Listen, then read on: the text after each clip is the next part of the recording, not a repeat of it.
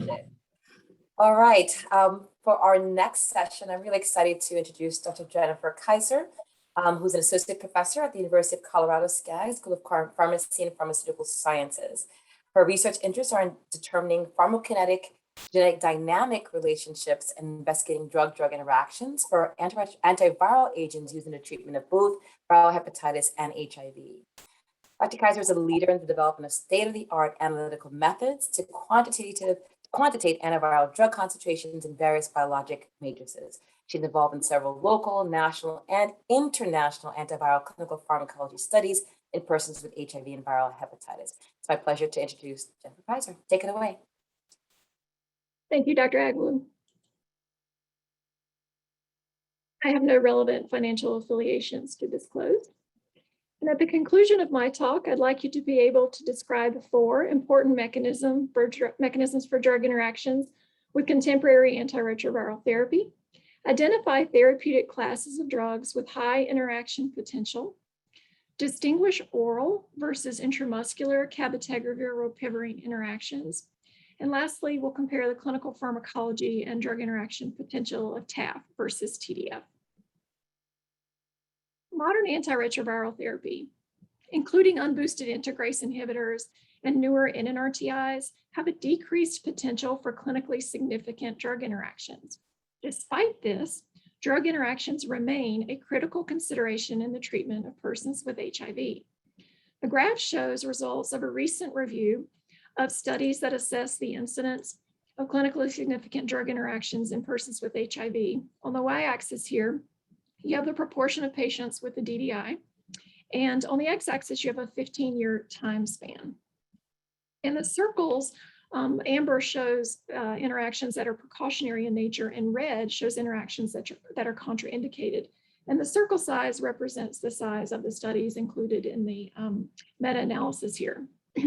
And what you can see from the picture is that there's really been no clinically significant change in the number of drug interactions that have occurred over the past 15 years.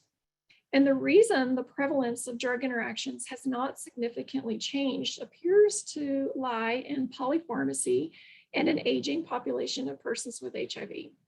So let's discuss some important interactions and the mechanisms for those with contemporary antiretroviral therapy.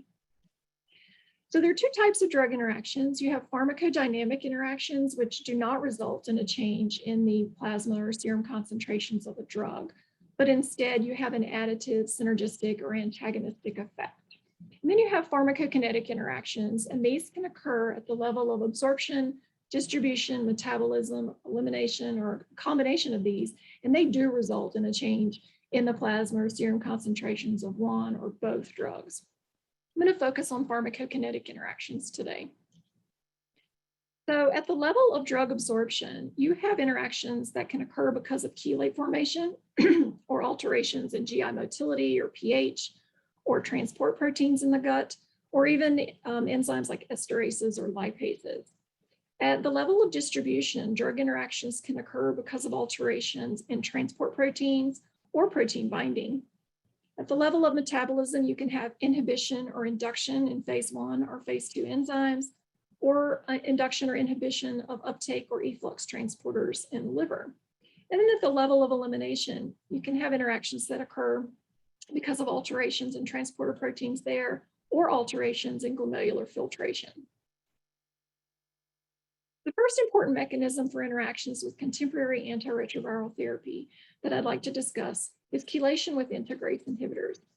The integrase inhibitors are designed to bind magnesium in the active site of the integrase enzyme, shown here for raltegravir. So when they're administered with antacids, vitamins, or supplements containing polyvalent cations, their absorption is reduced. Here's an example of the effect of polyvalent cations on dolutegravir exposures. So on the y-axis, you have dolutegravir exposures. On the x-axis, you have time. And then with the squares, you have the dolutegravir exposures when given by itself. But as you can see, when given simultaneously with an aluminum and magnesium containing antacid, the exposures are reduced 74%. This is somewhat mitigated when you temporally separate these. So the reduction in dolutegravir exposures with temporal separation is only about 26%. It's only about a 26% reduction. And then when given simultaneously with a multivitamin, you have a 34% reduction in the dolutegravir exposures. So this interaction with polyvalent cations and integrase inhibitors has important clinical relevance. Avoidance of the combination or strict adherence to temporal separation is critical. And this is because a recent retrospective analysis showed that the odds of viral failure were 2.3 times higher among persons with HIV who were receiving polyvalent cations with integrase inhibitors.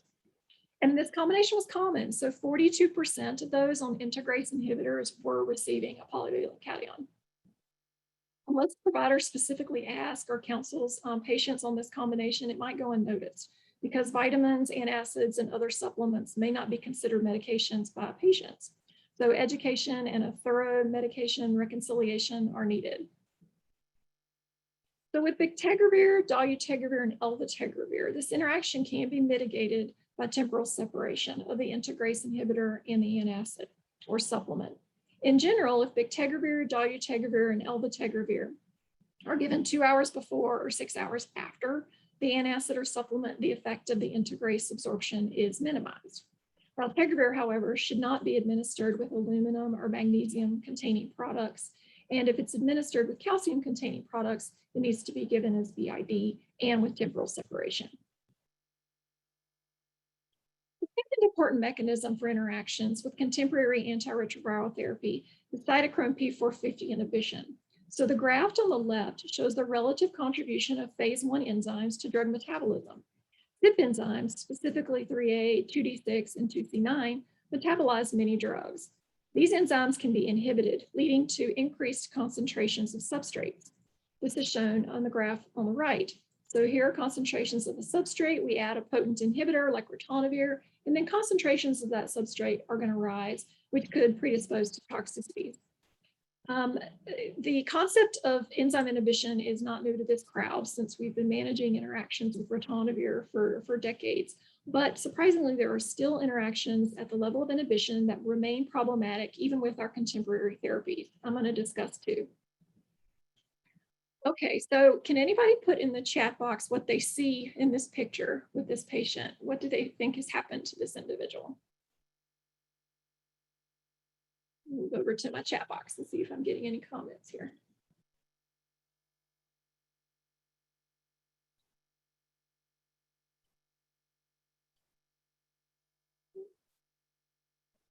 I'm not seeing any comments come through. Let's see if they're in the Q&A. Iatrogenic Cushing's, spot on. Okay, so what we're seeing here in A is some easy bruising, a Cushingoid facies that has developed. Here's the before and after. And these are purple striae on the chest and abdomen. So this resulted from an individual that received 2 triamcinolone injections for a Baker's cyst in his knee. So a 55-year-old gentleman on TAF, FTC, and elvitegravir Cobi, who had these 2 triamcinolone injections. And within 2 months of the second injection, he had the development of the bruising and the weight gain in his face. And then 5 months later, he had a DVT and then these purple striae that appeared. So he was referred to endocrine, diagnosed with iatrogenic Cushing's and HPA axis suppression. They changed his antiretroviral therapy from elvitegravir Cobi to bictegravir. And 7 months after the triamcinolone injections, he tapered down. He was given a hydrocortisone supplement, and he tapered down on that with the goal of ultimately weaning him off. And then the bruising, purple striae in the Cushing's face seemed to resolve in that time. But several corticosteroids are substrates for CYP3A, and ritonavir and cobicistat inhibit this enzyme, resulting in an accumulation of the exogenous corticosteroid. These increases in exogenous corticosteroid concentrations can result in iatrogenic Cushing's and at supraphysiologic levels, HPA axis suppression, which may lead to adrenal insufficiency. So interactions with boosters and corticosteroids were the most frequently reported contraindication in those meta-analyses, even through 2018.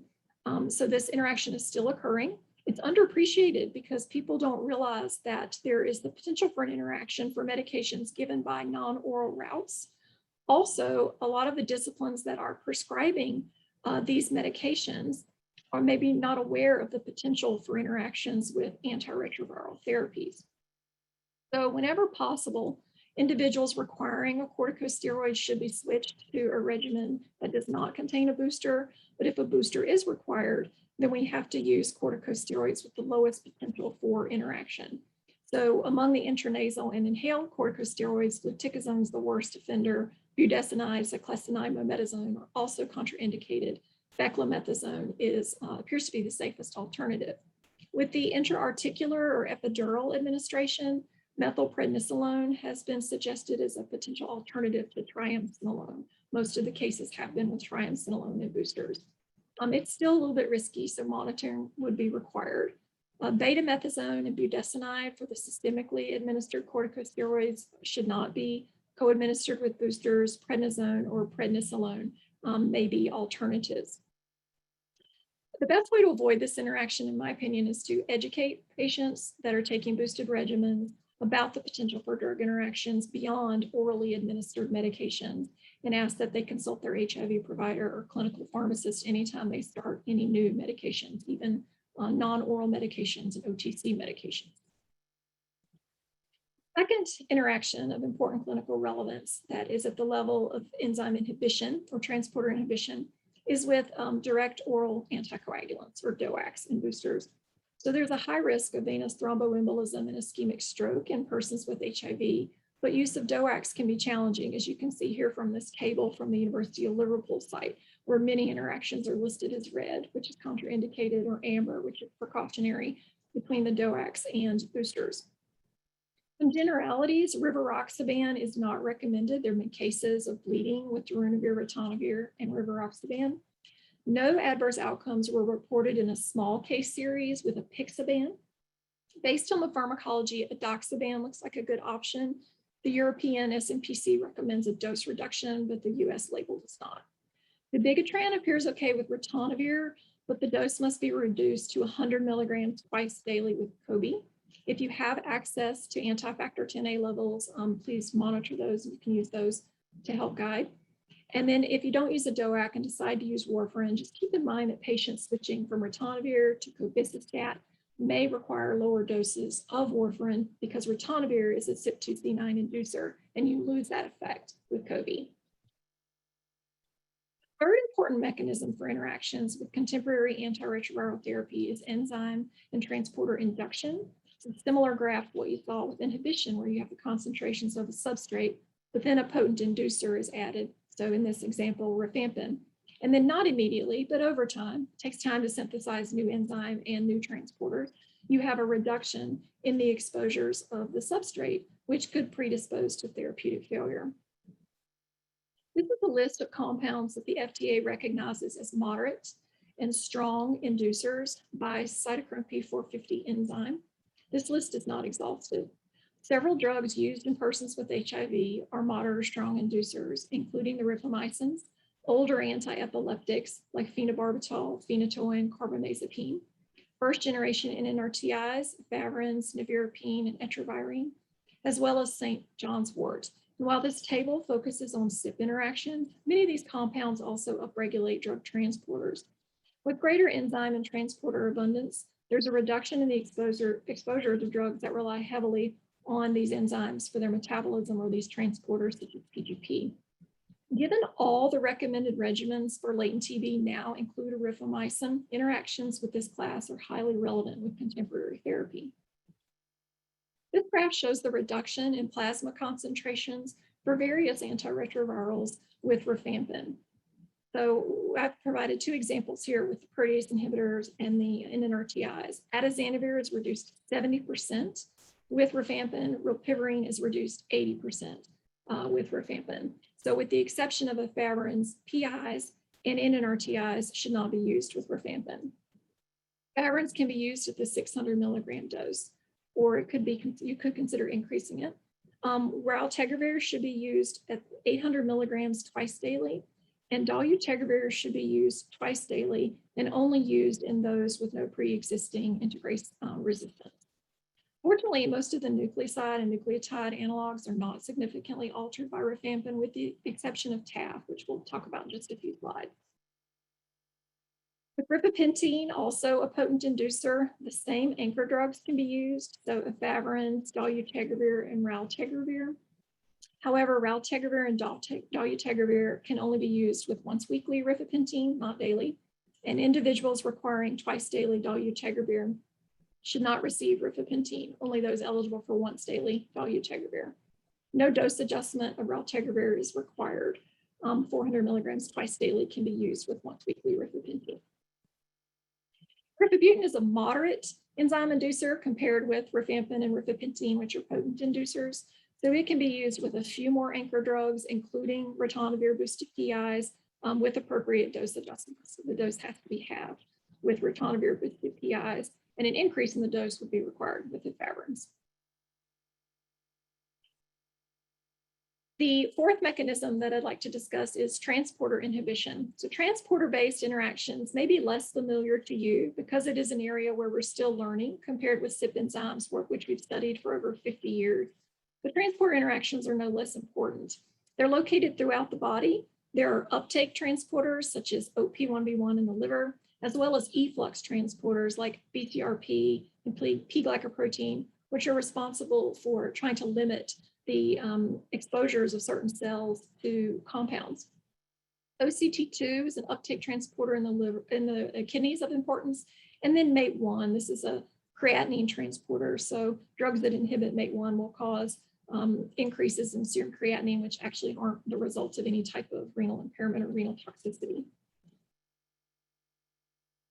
I'm going to talk about two important transporter interactions. The first is with statins. The statins participate in clinically significant interactions with transporters. Many are substrates for OP1B1, this uptake transporter in the liver. That's how they get in to actually exert their cholesterol lowering effects.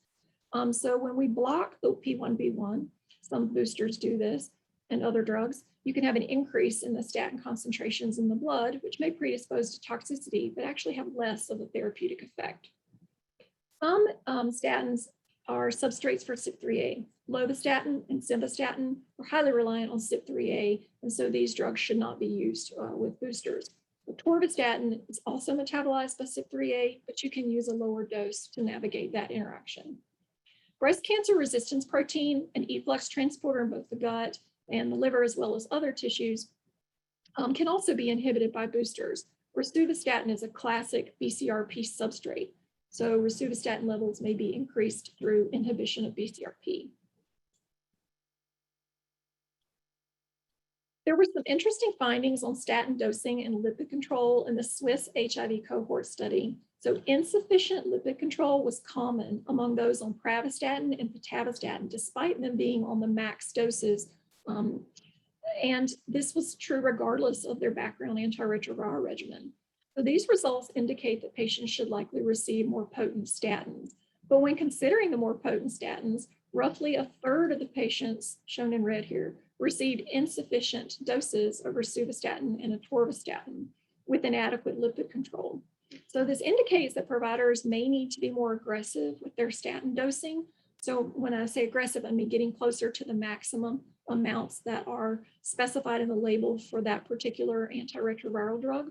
But this was problematic with atorvastatin and protease inhibitors. So despite having lower doses and despite having inadequate lipid control, they had high atorvastatin concentrations. So I think these findings support the notion that inhibition of OP1B1 attenuates the lipid lowering effects, and thus PIs and boosters should be avoided in those requiring optimal statin efficacy, such as those with high ASCVD scores. In this study, target lipid values were more often achieved in those with unboosted integrase inhibitor regimens, and these should be used whenever possible because of their favorable DDI profiles and neutral effects on lipids. Another transporter interaction to mention is with metformin. So dolutegravir, bictegravir, elvategravir can inhibit renal transporters relevant for metformin, so OCT2, MATE1. With dolutegravir, you can have a 79% increase in metformin with once daily and a 2.4-fold increase in the metformin exposures with twice daily dolutegravir. So with this combination, we start with the lowest metformin dose and monitor for potential metformin toxicities like GI toxicities and renal function. This does not appear to happen with cabotegravir and raltegravir. Some considerations with long-acting. We talked about this yesterday a bit in the Q&A in Dr. Courier's talk, but when given orally, there are considerations with drug absorption and enzyme and transporter interactions in the gut, which are bypassed when you give cab and rilpivirine intramuscularly. Rilpivirine has pH-dependent absorption, so it's contraindicated with PPIs when given orally, and temporal separation is required with antacids, which, as you know, is also required with cab. So this table is a reference for you. It just shows some of the drugs that are going to interact in the oral lead-in, but would not be problematic in the IM phase. But with both oral and IM administration, you cannot escape the effects of inducers, which reduce systemic exposures of cabotegravir or rilpivirine. Let me orient you to this slide a little bit. These are cabotegravir exposures when given with a potent inducer, rifampin, or a moderate inducer, rifabutine here. One would indicate no change in the cabotegravir levels, and then these dashed lines indicate the range of change that we're willing to accept without having a decrease in efficacy or an increased risk of toxicity. And you'll see with a moderate inducer, rifabutine, cabotegravir wasn't reduced that much, but with a potent inducer, we're expecting a big reduction. With rilpivirine, however, we still have a big drop with a moderate inducer. So that's the rifabutine here. And again, a big drop, as you saw earlier, with the potent inducer. So we have to avoid older anticonvulsants, rifamycins, dexamethasone, St. John's wort with cab and rilpivirine, whether it's given oral or IM. Lastly, I'll touch on the interaction potential of TDF versus TAF. We know TAF is more stable in plasma and less is converted to tenofovir. The intracellular concentrations of tenofovir diphosphate are 7-fold higher with TAF, and TAF is more susceptible to PGP inducers versus TDF, and that's shown here from the University of Liverpool site. You've got a lot more red and amber with FTAF versus FTDF.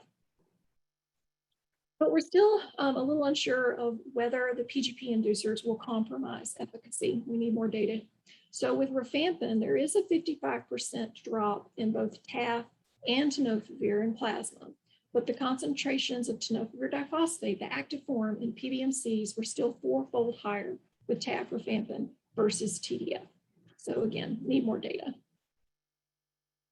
So in conclusion, drug interactions remain an important consideration in persons with HIV. Chelation, enzyme induction, and transport-immediate interactions are common mechanisms with contemporary antiretroviral therapy.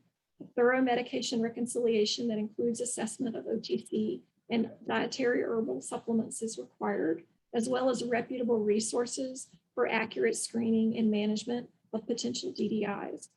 And we may want to consider deprescribing strategies to reduce polypharmacy, which would in turn reduce drug-drug interaction potential. In terms of reputable resources, I mentioned the Liverpool website quite a bit today. Also, the University of Toronto site that Alice Singh maintains is fantastic. And then the DHHS guidelines, of course. And I'm limited on time. I cannot cover every possible drug interaction, nor would you want me to.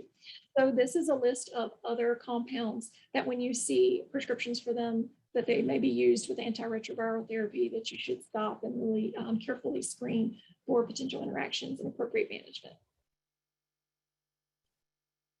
Thank you.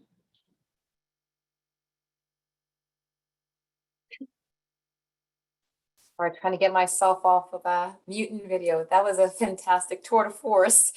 And always reminds me why pharmacology always escaped me. So great job. I do have one question in the chat, and I do have a few more questions for you. So the one in the chat is from Nikki Regan. It says it was on slide 10, but not stated out loud. But to be clear, cations can be given with INSTIs so long as not with food.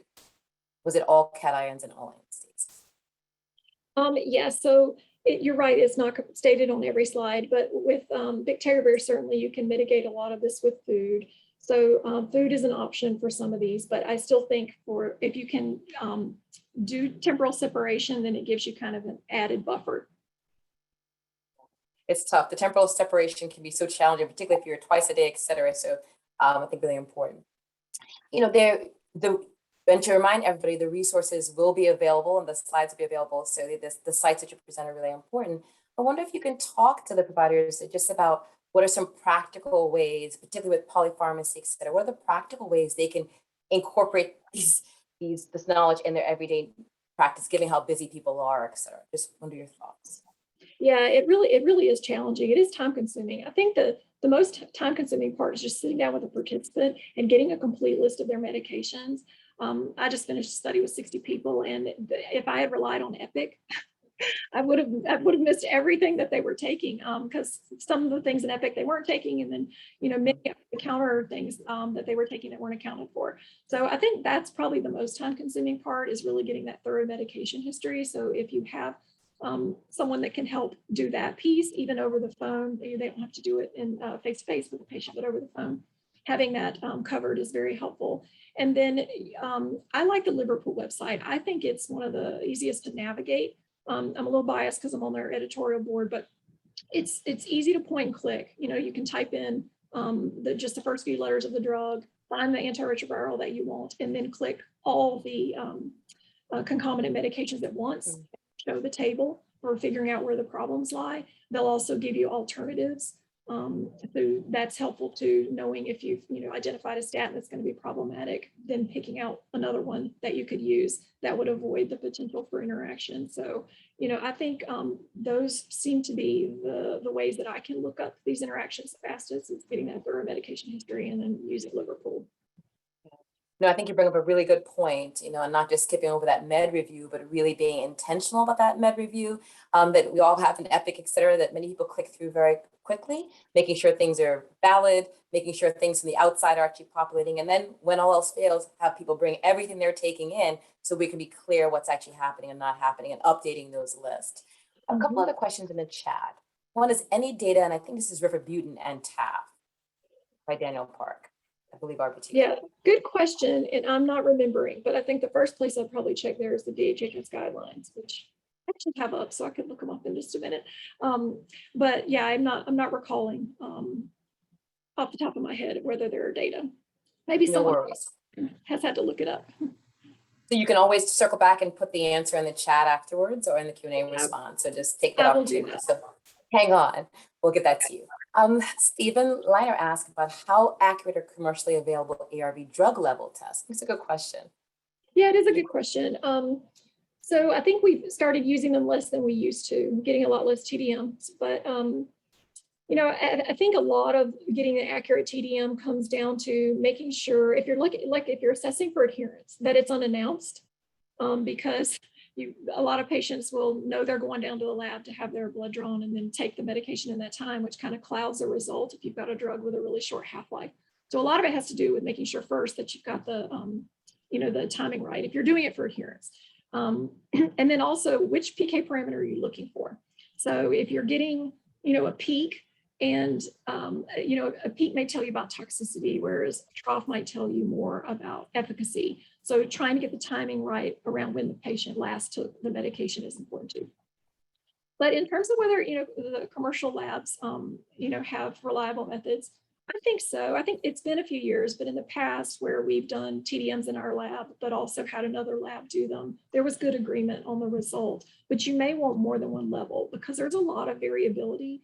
For many of these drugs, the coefficient of variation around the concentrations is huge, like particularly for PI. So you may need more than one level or more than one occasion before you can feel pretty confident about the result you're getting, unless it's BLQ. And then as long as it's a drug with a reasonable half-life and not something like with a very short half-life, then you have a good reason to believe if it's BLQ that they're probably not taking the medication. Next question is actually very timely, that combines both Dr. Bender's talk from yesterday and yours, is with the current recommendations in the treatment of COVID-19, including the use of dexamethasone. What do you recommend in terms of monitoring HIV viral load and or Cushing's, given the interaction to discuss? Yeah, this is a challenge. I mean, certainly some antiretrovirals really shouldn't be used with dexamethasone, so I think it's important to pay attention to those. Of course, if you have a severe case of COVID, then that's probably going to take priority. But I think for monitoring for these, that I think the greatest risk is probably viral failure. And so, maybe trying to choose an antiretroviral regimen that wouldn't have problems with the dexamethasone if possible during that time. Yeah. And then a really good question about behavioral health, mental health medications, and cabernet piperine. Yes, it's a good question. I think that the main problems with those are going to be the QT prolongation issue with rilpivirine and say quetiapine, for instance. They can both cause QT prolongation. That's more of a pharmacodynamic interaction than a pharmacokinetic one. But that's going to be one that you definitely have to consider. And then otherwise, I would probably use the Liverpool website to navigate some of those. But you are avoiding oral interactions, so that does help. But we're limited in, it's really a challenge to do drug interaction studies with IM formulation. So we're having to rely on what we've learned from the oral drug interaction studies, which may or may not, perfectly translate to what happens with the IM in practice. So this may be a situation where you just really have to monitor the patients a little more carefully after they start the cabotegravir and rilpivirine until they get stable and make sure that no change is needed in their mental health medications or their psychotropics. Interesting. And am I hearing some ECGs in some sort of regular basis, baseline or subsequent? I don't know that would necessarily be required, that they have to have that. I think it's just something that you need to be aware of. I guess maybe with collaborating with a provider of the mental health medications so that they're aware that they may have these two medications that overlap, and then letting the patient know that they need to call us if they're having any type of new toxicities that they weren't experiencing before starting the cabotegravir. Another interesting, and I think I do a lot of adolescent health. So can you talk a little bit about particularly the newer ARTs and OCPs? Mm-hmm. Yeah, so the unboosted regimens do not appear to be problematic with oral contraceptives. So that's good news for us, makes it a lot easier for prescribing any of the preferred regimens in a woman of childbearing potential than in years past. So I think that, we have a little bit more confidence with managing that interaction now than we used to. And then an interesting question about metformin. And is there a maximum dose of metformin you recommend when using dolutegravir or bictegravir? Yeah, I think you're really trying to titrate it to glucose control. But you're going to start with the lowest dose. You're going to start with 500 once a day and work up. So you wouldn't start with a big dose right out the gate. Awesome. And then there's a mechanistic question. Can you clarify about the CR transport out of the proximal tubal cells and drugs causing transport inhibition? Can you repeat that? I'm sorry, missed that question. Yeah, can you clarify about the creatinine transport out of the proximal tubal cells and drugs causing transport inhibition? Okay, sure. So the main one is probably with MATE1. So MATE is a renal efflux transporter, and creatinine relies on that transporter to exit the renal proximal tubule cells into the urine. So when we're blocking MATE1, we can have an increase in serum creatinine that we measure in the blood. And your first reaction might be, oh, the patient has some type of renal impairment that's developing, when in fact it's just a drug interaction, and you have increase in the serum creatinine because of inhibition of that transporter. Usually the serum creatinine increase is not more than 0.4 milligrams per deciliter. So anything above that, then you would begin to suspect more renal impairment. But it is something that we expect to occur with some drugs like cobicistat and some of the integrase inhibitors. All right. And then Janice Hoover asked, when Liverpool lets you down, where else do you look for herbal supplement interactions? I think a great one. Question. Yeah, gosh, the herbals, it's so hard. Yes. So, and you want to talk about time consuming. So someone brought up, how to make this simpler or faster. Those are the real challenges when you get this huge list of the herbals. Christina Brooks wrote a nice review in PubMed on herbal interactions with antiretrovirals. It was published in 2017. So I've looked to that. Yeah, I end up going to PubMed a lot. And then I think, trying to remember, there is Lexicomp or Micromedics. One of them has now started including more herbals. But yeah, I'm sorry, not a lot of good recommendations there for alternatives. I haven't looked at the Toronto site to see if they have more with herbals, but that may be worth checking out that site as well to see if she's got any interactions covered with herbals. Well, we are out of time. I think Dr. Kiser, this really just underscores the importance of having a multidisciplinary team and having a friendly pharmacist that you can reach out to. This is fantastic. Thank you. Thank you. And I'll answer some of the other questions that I didn't get to and follow up on the rifabutin as well. Thank you for this opportunity. Definitely. Thank you.